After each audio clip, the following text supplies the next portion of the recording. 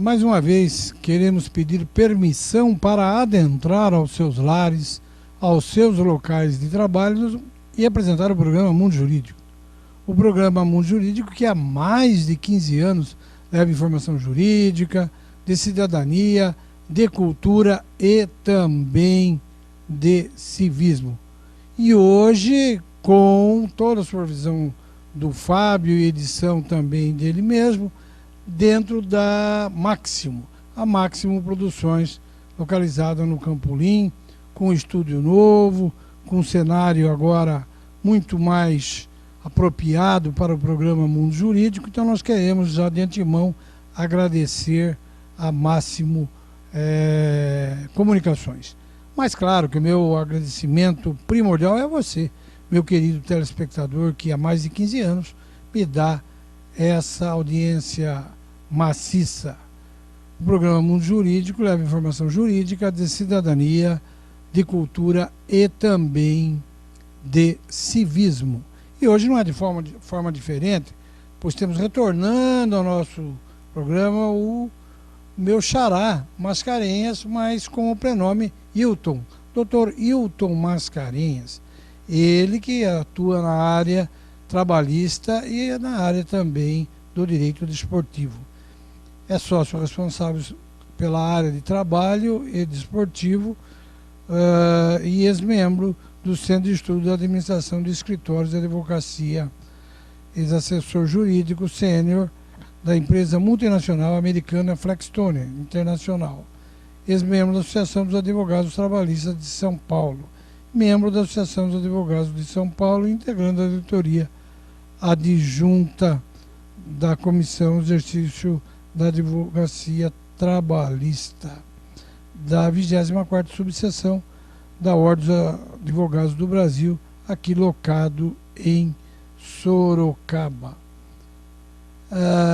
Também tem alguns cursos de especialidade, aquele em Direito Processual do Trabalho, pelo sistema Damásio Educacional, especialista em Gerenciamento Jurídico pela Fundação Getúlio Vargas, a FGV, e graduado em Direito pela nossa querida Faculdade de Direito, a FAD, aqui de Sorocaba, nos idos de 1999. Doutor Hilton, sabe da satisfação que o programa Mundo Jurídico tem em tê-lo aqui em nossos estúdios mais uma vez, mas eu já vou lhe fazer o primeiro questionamento. Qual seria o prazo que o empregador tem para efetuar o pagamento de salário ao empregado? Seja bem-vindo mais uma vez ao programa Mundo Jurídico. Doutor Antônio Mascarenhas, uma satisfação muito grande em estar retornando ao seu programa. Gostaria de também saudar o telespectador que abrilhanta o programa com a audiência, né, de cada pessoa que assiste por mais de 15 anos já, né, um programa tradicionalíssimo. É uma satisfação imensa estar aqui novamente. Bom, vamos lá. Adentrando já ao questionamento, né, hoje nós vamos tratar de alguns assuntos trabalhistas em geral. Ao final vamos falar um pouquinho também sobre o impacto do novo Código de Processo Civil na Justiça do Trabalho. Vamos lá, retomando a primeira pergunta em relação ao prazo que o empregador deve efetuar o pagamento para o empregado. A lei, né, nós sabemos que ela diz que o empregador ele precisa fazer o acerto até o 5º dia útil do período subsequente ao vencimento desse período trabalhado, né? Esse pagamento ele é permitido seja feito em cheque, depósito bancário, não tem problema, né? Para aquelas pessoas que são alfabetizadas, não tem problema nenhum. Lembrando que, desde que dentro do horário bancário, o empregador precisa liberar o empregado para que ele vá até o estabelecimento, vá até o banco. Se for pertinho, tudo bem. Se for longe, o empregador deve custear esse deslocamento, né? Ou seja, o empregado não deve ter nenhum prejuízo para ir buscar o seu rico salário, o seu rico dinheirinho, né? Muito bem, além do que, se assim não for, que pague em espécie, né, doutor? Agora, outra questão que, via de regra, passa pela cabeça de todos aqueles que são empregados, é aquela que... Qual é o trabalho no horário noturno caso, eventualmente, ele seja transferido para o horário diurno. Perde ele, assim, o direito ao adicional noturno ou não? Ele perde, né? O empregado ele perde o adicional caso ele seja transferido pelo seu empregador para o horário diurno. No entanto, né, existe uma súmula do do Tribunal Superior do Trabalho, TST, súmula 265, que diz o seguinte, que é importante que o empregador obtenha a anuência do funcionário para que seja feita essa transferência. Por quê? Querendo ou não querendo, no momento que o empregado que trabalha à noite, no período noturno, ele é transferido para a parte do período diurno do trabalho, ele perde um pouco da sua renda, né? Nós sabemos que existe um acréscimo de 20% para aqueles trabalhadores que trabalham entre 22 horas, né, 10 horas da noite, até às 5 da manhã do dia seguinte. Né? Então é preciso uma anuência, caso contrário essa mudança será ilícita, ferindo aí o artigo 468 da CLT, da Consolidação das Leis do Trabalho. Quer dizer que ele não é obrigado a aceitar. Se ele não aceitar, o que acontece, doutor? Ele não é obrigado a aceitar. No entanto, o empregador, desde o começo, nós sabemos que ele tem aí a prerrogativa também de fazer a dispensa, talvez, do funcionário, caso ele não concorde. Até aquele momento que ele trabalhou, o empregador vai precisar fazer a indenização com os acréscimos do adicional noturno. Porque assim, abriu a vaga, ele era noturno, se programou, né, tem outros compromissos. Se ele não consegue se readequar, né, me parece não é justo que ele abra mão até daqueles 20% a mais do salário que ele todo mês ele já se programa, né? No entanto, o empregador também não é obrigado a mantê-lo durante o tempo que ele entender necessário. Então ele pode demitir o funcionário. Seria diferente de uma integração ao salário, né? Já que a integração, salvo o melhor juízo, e o doutor poderia explicar melhor, é aquela em que não há mais retorno. Um exemplo clássico é aquele de um adicional por bom desempenho, por exemplo. Isso, reiteradamente sendo pago, vai, evidentemente, que integrar o salário. É assim mesmo, doutor? É diferente do adicional noturno que não integra o salário, é isso mesmo? É isso mesmo, é diferente, porque como eu disse, no momento que o empregador precisa que o empregado volte, vamos usar o exemplo daquelas empresas que rodam em período de 3 turnos, né? Se desde o início o empregado é contratado para trabalhar à noite, mas no seu contrato de trabalho não existe a possibilidade, porque o empregador pode embutir isso no contrato de trabalho. Se ali estiver uma cláusula no contrato dizendo que ele pode ser acionado em turno de revezamento, por exemplo, né, nesse caso não integra. Então não vai o período que ele não trabalhar à noite, não importa se ele trabalhou 6 meses, 1 ano, 2, não importa, esse valor não vai agregar o salário dele caso ele aceite voltar a trabalhar na parte da manhã. Uma outra questão tormentosa é aquela que se fala das quantidades de horas extras permitidas para funcionamento de condomínio, que mutatis mutandis tem até os turnos de revezamento em alguns casos, mas especificamente as horas extras, qual seria a quantidade? Bom, essa é uma regra geral, né, em relação às horas extras que é aplicada aos trabalhadores. A CLT no artigo 59, ela prevê que o trabalhador não pode exceder diariamente o seu horário de trabalho em 2 horas. Então, se nós partimos do pressuposto que o limite de 44 horas semanais, né, estipulado em lei, digamos que ele trabalha aí de segunda a sexta e mais algumas horinhas no sábado ou no domingo, né, depende do tipo de plantão, do tipo de escala que a empresa tem, diariamente ele pode ficar no máximo 2 horas a mais. Passou disso, ele precisa receber, mas aí já se tornam aí horas extras ilegais. Muito bem. Agora, o empregado acaba por abandonar o emprego. Alguns dizem, olha, se por mais de 30 dias, tem que pôr no jornal. Outros dizem, não precisa nada disso, basta o firme propósito, ou dizer eu não venho mais. Como é que funciona? Primeiro, a perda do emprego, aliás, o abandono do emprego, e segundo, como proceder no caso desse abandono. No caso do empregado, ele simplesmente abandonar o emprego, né, de maneira injustificada, nós sabemos que existem casos onde o empregado de repente vai, não volta, não avisa. Me parece que o empregador, no primeiro instante, ele deveria ficar até preocupado com o seu funcionário, falar o que será que aconteceu, né? Quando isso acontece, ele começa de repente, liga para o funcionário, muitas vezes vai até a casa dele, talvez. Nós sabemos que as grandes empresas acabam não fazendo isso, né?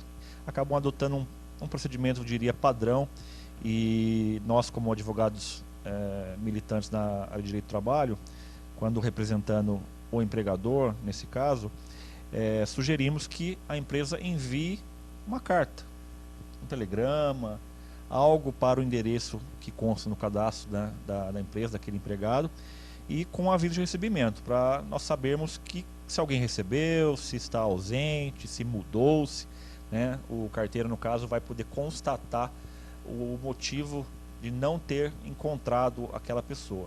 Feito isso, né, existe aí uma tentativa de convocar o funcionário novamente para dar uma explicação. De repente ele simplesmente se sentiu mal e resolveu não vir durante alguns dias. Nós sabemos que a própria CLT prevê alguns casos onde um número determinado de faltas num determinado período, ele pode perder as férias, né? Mas não necessariamente vai perder o emprego. Aí vai depender realmente de como a empresa lida com aquela situação, né, antes de aplicar uma justa causa. Mas no caso, se ele falta um período mais de 30 dias, me parece um tempo suficiente, e não retorna, e a empresa conseguir comprovar que tentou convocá-lo através de carta, me parece que é a melhor maneira hoje em dia, por causa do aviso de recebimento, um telegrama também com esse mesmo método, seria o suficiente para poder embasar uma justa causa. Obviamente que se de repente depois de 30 dias o funcionário volta, ele teria que discutir aí judicialmente e tentar reverter essa justa causa, mas no primeiro momento ela vai ser aplicada. Então a melhor técnica é o aviso, principalmente com a ERA, ou mesmo uma notificação extrajudicial via cartório de títulos e de documentos, fazendo com que deixasse bem ciente que ele tinha que dar explicações porque ele está faltando todo esse tempo. Muito bem, hoje nós estamos entrevistando o Dr. Hilton Mascarenhas, que é especialista em Direito do Trabalho e também em Direito Desportivo. E você que nos está assistindo, não saia daí. Daqui a pouco nós voltamos com o segundo segmento do programa Mundo Jurídico. Já já voltamos.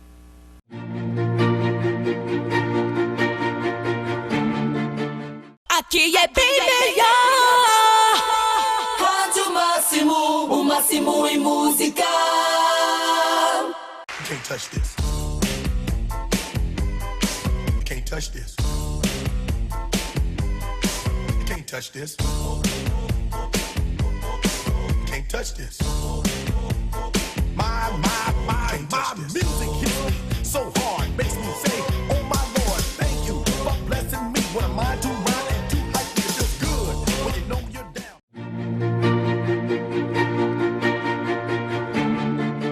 Estamos de volta ao programa Mundo Jurídico, nova TV Com do Canal 7 a cabo e também a TVV da querida cidade vizinha de Votorantim.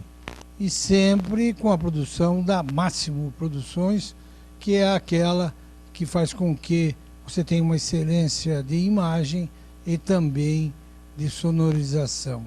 No segmento anterior, ao entrevistarmos o nosso querido entrevistado Hilton Mascarenhas, o Xará, essa família Mascarenhas, que a cada dia que passa eu conheço mais um parente, e o Hilton Mascarenhas, que faz parte dessa grande família Mascarenhas. No segmento anterior, ele disse sobre tudo aquilo que o empregador tem para efetuar o pagamento ao salário do empregado. Também falou sobre o trabalho noturno, se ele vier eventualmente a ser transferido para o período diurno, quais seriam os seus direitos. Falou também como proceder caso o empregado abandone o emprego e falou das horas extras permitidas para o funcionamento de condomínio.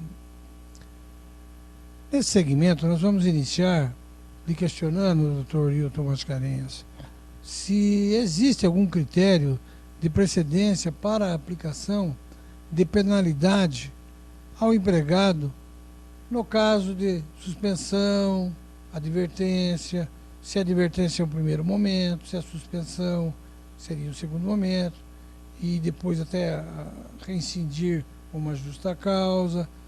Como é que é? São penalidades que vão num crescendo, ou ele já pode ir direto para a penalidade maior, que seria a justa causa? Como é que funciona isso na prática, o senhor que é um especialista no direito laboral? Bom, em relação a essa questão das penalidades, né, que a empresa pode aplicar para o empregado por razões aí de descumprimento de contrato de trabalho, alguma infração que ele faça, né, no desempenho, algo que ele faça ou deixe de fazer, né, muitas vezes quando desempenhando o seu trabalho, a legislação justo-trabalhista, ela não dá uma ordem de precedência nessa aplicação dessas penalidades. O que acontece? Eu acho que o que deve predominar no questão do empregador em relação ao empregado, quando se depara com alguma situação que foge um pouquinho daquela habitualidade, né, do trabalho que está sendo desempenhado de maneira toda correta, toda certinha, é a questão do bom senso. Me parece que o empregador ele precisa ter bom senso antes de começar a penalizar o funcionário. É óbvio que aplicando esse bom senso, o empregador pode começar com uma advertência verbal, pode, após essa advertência verbal, fazer uma advertência por escrito, talvez reiterar essa advertência por escrito, caso aconteça novamente, antes de partir talvez para uma suspensão. Essa suspensão ela pode iniciar com talvez 1 dia, 2. A suspensão ela não pode ultrapassar 30 dias. Isso a CLT prevê no artigo 474 que no caso de o empregado ser suspenso por mais de 30 dias, importaria aí numa rescisão injusta do contrato de trabalho. Então, como eu disse, é óbvio que tem casos e casos, né? Vamos dizer que de repente o empregado chega atrasado. Não me parece motivo para de cara aplicar uma suspensão. Converse com o empregado, talvez tente entender aí o porquê chegou atrasado. Muitas vezes depende de transporte público, né? Muitas vezes. Agora, nós temos também um outro caso extremo. Vamos dizer que o empregado chegue, é chamado à sala do seu chefe, para que o chefe talvez queira conversar com ele, queira adverti-lo verbalmente de alguma coisa que aconteceu de errado, etc. E esse empregado agride fisicamente o empregador. Me parece que acho que é o suficiente para poder demitir o sem justa causa, pulando aí de repente a advertência, suspensão e demitindo o funcionário. Como eu disse, o bom senso deve predominar na questão da aplicação. As empresas, quando elas são mais organizadas, elas já pré-definem uma determinada regra. Olha, aqui na empresa nós aplicamos uma advertência verbal, 2 advertências por escrito, 2 suspensões e depois rua, né? Obviamente que em nenhum lugar tem escrito dessa forma bonitinho. Cada empresa trabalha de uma certa forma e sendo repetitivo, mas o bom senso deve prevalecer.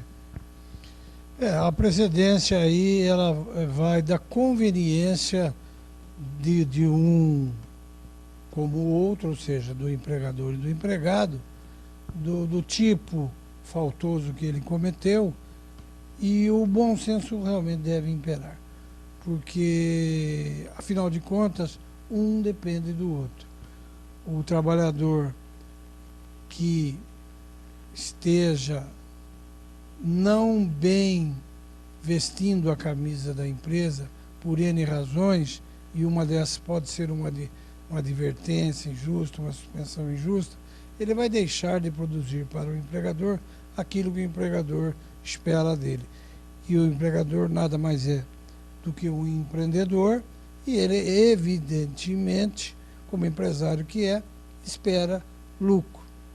E o lucro faz parte dessa interação entre empregado e empregador, além, claro, de outras etapas que ocorrem na compra de materiais, na produção, na distribuição e vai por aí afora. O senhor queria complementar? Isso, se me permite acrescentar algo, é importante lembrar também que essas penalidades, elas existem para mostrar também que o empregado também não pode fazer aquilo que ele deseja, do jeito que ele deseja, na hora que ele deseja.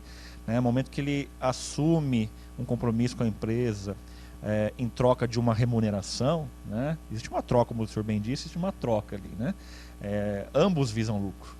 Não só o empregador, mas também como empregado. Ele é uma troca de interesse. Exatamente. Então, assim, para evitar realmente que ele faça o que ele quer, do jeito que ele quer, existem regras. Se as regras não são cumpridas, nós sabemos que para que a ordem impere, né, muitas vezes é necessário algum tipo de sanção, né, seja na via penal, na via trabalhista também.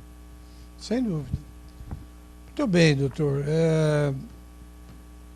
Outra questão, e essa realmente ela é tormentosa, principalmente para o empregado, que é aquela em que, se existe algum critério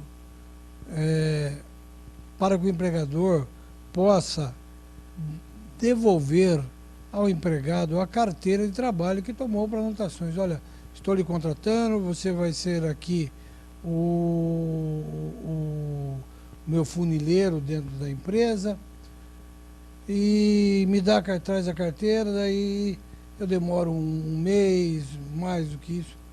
Como é que é essa história, doutor? Ele pode ficar com a carteira de anotações ad infinito, ou, feitas as anotações, ele deve devolver, e aí também tem-se as anotações de aumento de salário, de férias, etc., que vai ter ao longo do tempo. Como é que funciona isso, doutor?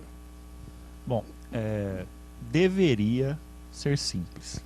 Nós sabemos que na prática acaba não sendo, talvez por algum tipo de burocracia, um excesso de trabalho, talvez um RH que não tenha a quantidade de funcionários que deveria, né, que dê conta do volume de trabalho, uma empresa onde tem muitos empregados, onde de repente fechou um grande contrato e precisa do dia para a noite contratar um número grande de funcionários, e para absorver todo mundo, às vezes não consegue cumprir o prazo estipulado em lei. O prazo estipulado em lei que o empregador, tem para fazer qualquer tipo de anotação na carteira do empregado é de 48 horas. Esse é um prazo improrrogável, deveria ser pelo menos, como mencionei no início. O que acontece? Esse prazo começa a contar a partir de quando? A partir do momento que se entrega a carteira. Houve a troca de carteira, o empregado comparece à empresa e você me chamou, precisa fazer alguma anotação, precisa me registrar, precisa alterar meu salário. Está aqui. Entregou 48 horas improrrogáveis para devolver com todas as anotações feitas bonitinho, no momento que o empregado vai conferir se realmente a anotação foi feita corretamente, né? Sugere-se também que no momento da devolução da carteira ao empregado seja feita mediante recibo. Sabemos que muitas vezes, pelo motivo de não conseguir cumprir esse prazo, as empresas acabam não dando, né, o tal recibo, que às vezes demora 72 horas, né, 4 dias, uma semana. Nós já aí, para aqueles que atuam, né, na Justiça do Trabalho, com frequência, ouve dizer que demora às vezes uma semana, 15 dias, talvez até mais. E me parece que na prática esse prazo de 48 horas ele é um pouquinho curto no final das contas, mas a lei fala que é 48 horas, então se a lei fala, deveria ser cumprido. Há algum tipo de sanção para que o empregador seja obrigado a fazer isso, como multa, alguma coisa? E também na despedida, que me parece que ele tem um prazo fatal para fazer as anotações da despedida, que é a despedida por justa ou não justa causa, tem algum tipo de sanção, doutor? Não me recordo de cabeça agora, mas eu sei que existe um valor pequeno, um valor simbólico, talvez, baseado no atraso. Isso também pode ser previsto também em convenções coletivas. A convenção coletiva também pode prever que, caso o empregador não faça a devolução nesse período, seria aplicada uma multa diária aí de X reais para cada dia em que o empregador deixa de devolver, para tentar inibir essa prática, né? Nós sabemos que a melhor maneira, talvez, de inibir uma prática ilegal, né, dentro da justiça do trabalho e em outras áreas também, acaba sendo quando você mexe no bolso, né, do ser humano, né, do trabalhador, do empregador, enfim. No momento que ele descumpre e não tem penalidade nenhuma, me parece que ele fica um pouquinho tranquilo, né? E no momento que existe essa penalidade, ele se apressa, né, começa a se mexer. Nesse caso não é diferente. É a tal chamada coerção, ela está lá em abstrato. Capitulou, vai ter que realmente recolher alguma coisa para quem tem direito. O senhor falou em convenção coletiva, en passant, muitos, talvez, que não são específicos formados em direito, não sabem o que é convenção coletiva. Em poucas palavras, o senhor poderia sintetizar o que é a convenção coletiva e quão ela é importante, quer para o empregado, quer para o empregador. A convenção coletiva, ela é um conjunto de normas também. Geralmente sentam-se o sindicato que representa a empresa, juntamente com o sindicato que representa o trabalhador.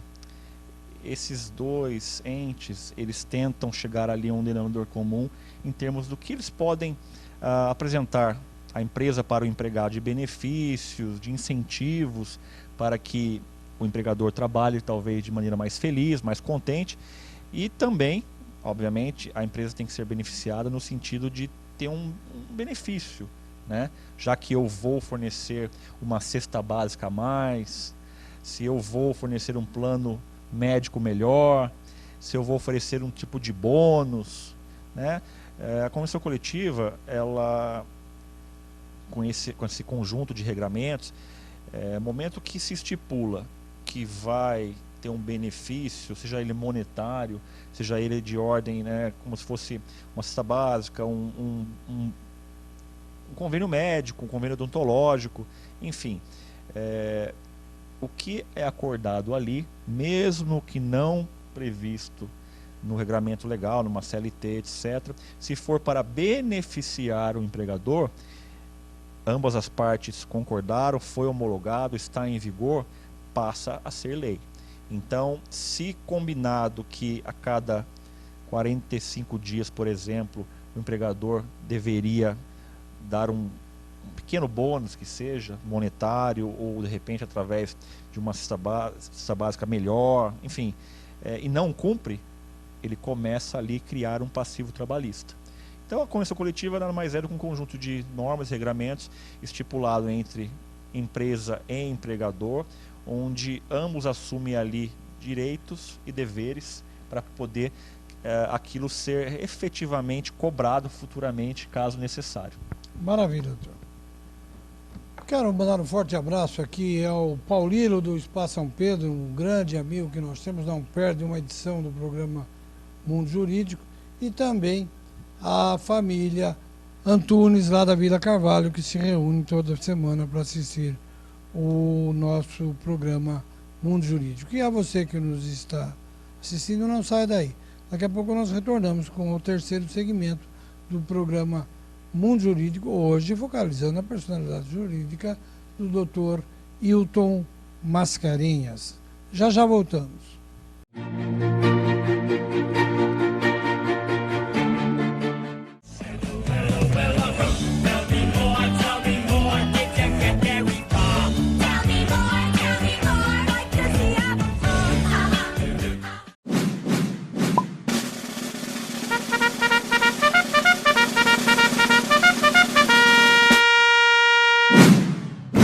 dos infernos. Eu defendo quando tem que defender. Quando tem que descer o pau, eu desço o pau.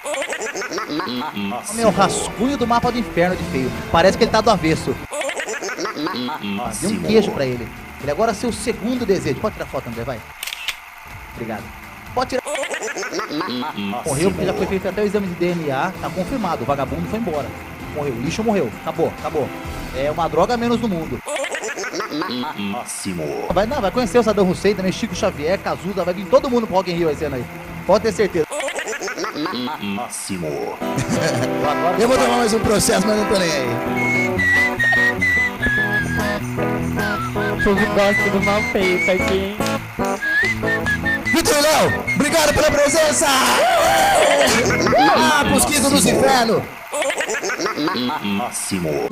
Vem aí! Programa Máximo. Aguardem.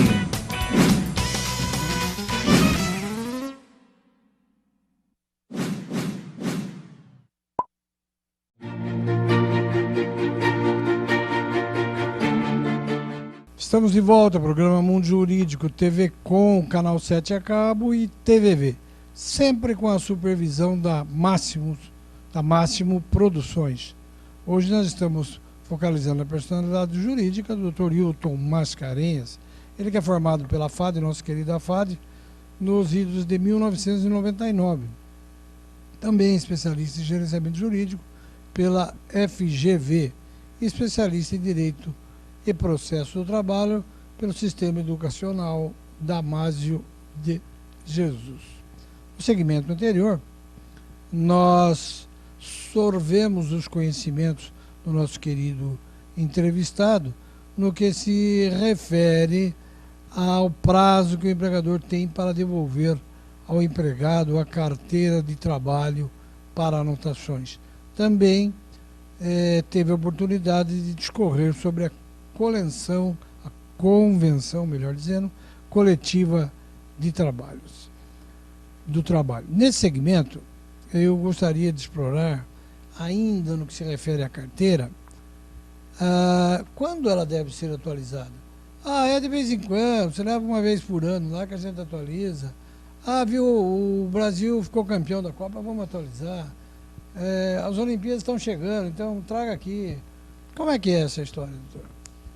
Bom, como nós falamos um pouquinho no bloco anterior, né, a relação à carteira de trabalho, no momento que por alguma razão ela é solicitada pelo empregador, que o empregado a leve para qualquer tipo de anotação, seja ela uma alteração, seja ela a própria baixa, enfim.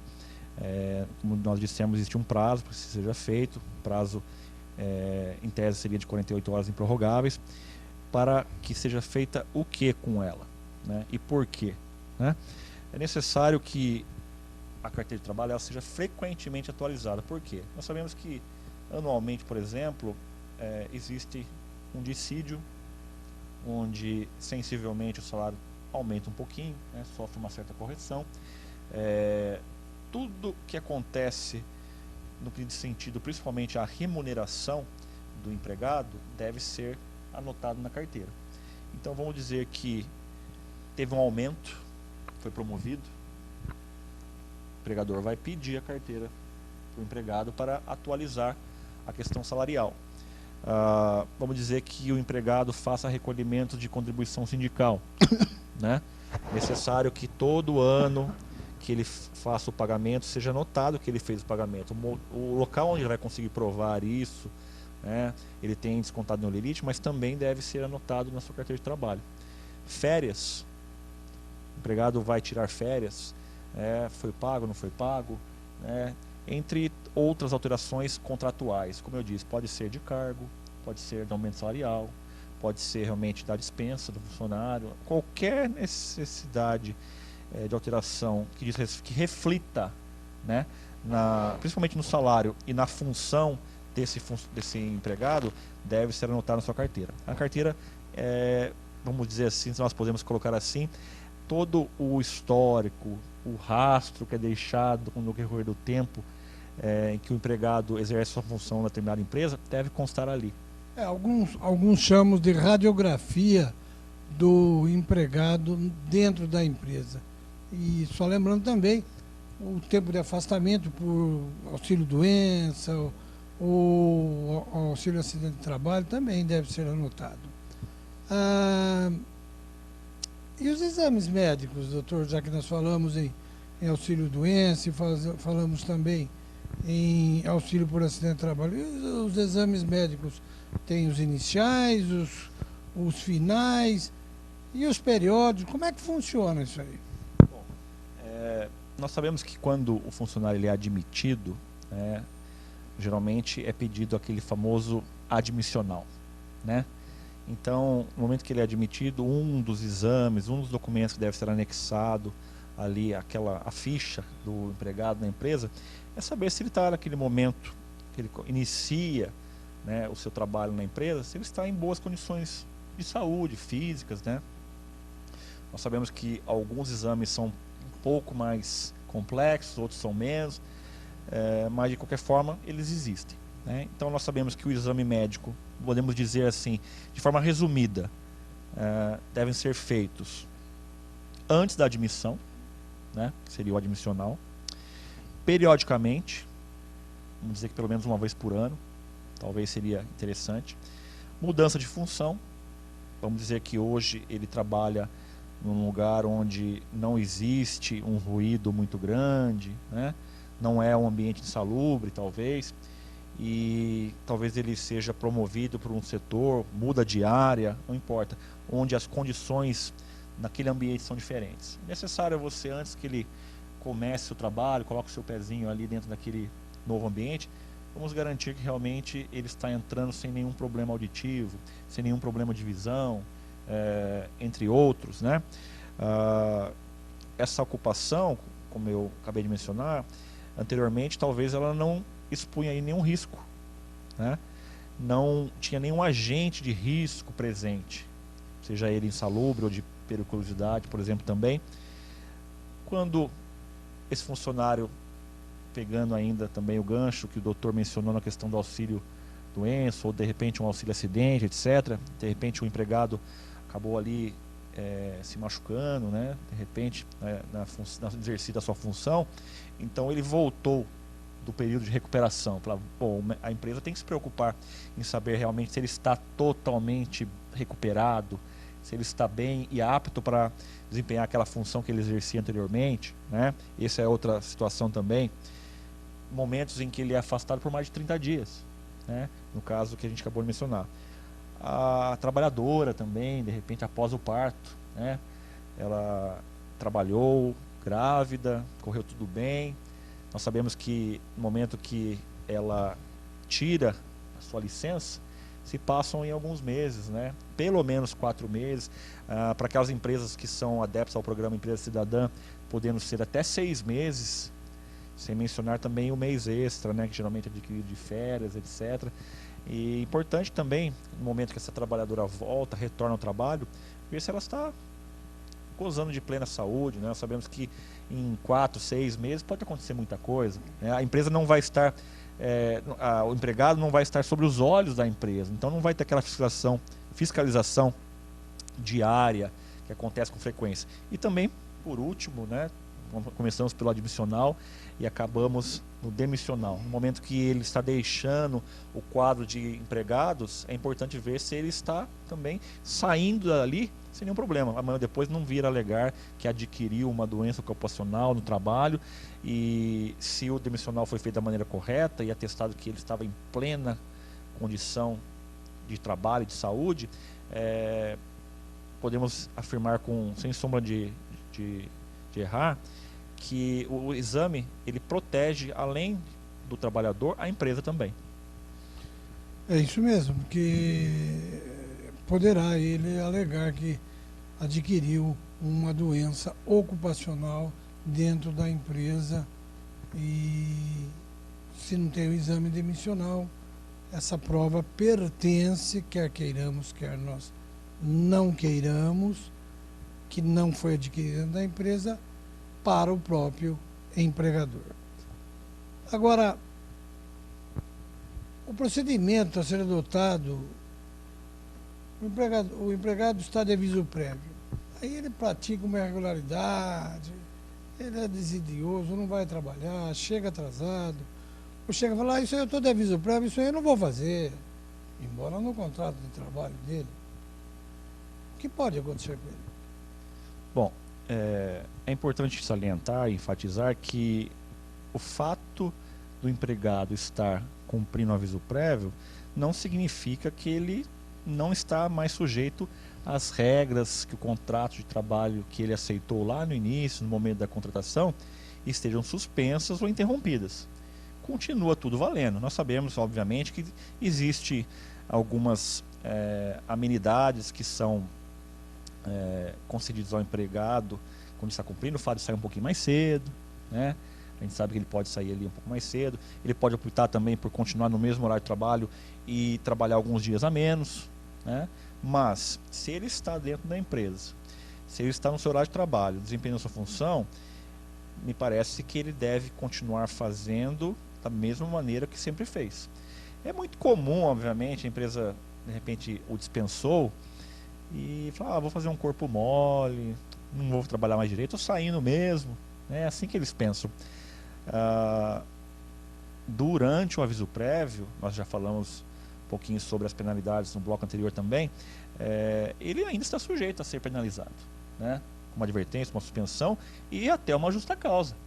Ele pode ter sido dispensado imotivadamente, mas nesses últimos dias que compreende o aviso prévio, ele pode dar causa. Comete uma falta grave, né? Exatamente, comete uma falta grave, como eu disse anteriormente, agride alguém lá dentro, alguma coisa nesse sentido. O empregador ele pode simplesmente converter aquela dispensa imotivada, né, que é uma dispensa simples, por uma dispensa por justa causa, porque ele deu motivo. É verdade. Conforme prometido pelo nosso entrevistado, ele vai falar alguma coisa sobre o Código de Processo Civil novo, que entrou em vigor agora dia 18 próximo passado, e teve, salvo melhor diz, um vacácio legem, uma vacância da lei para adaptação de 6 meses, e agora, evidentemente, que desemboca com algumas alterações dentro da justiça laboral. Fique à vontade para comentar sobre o novo Código de Processo Civil e suas alterações no ambiente laboral e na justiça do trabalho.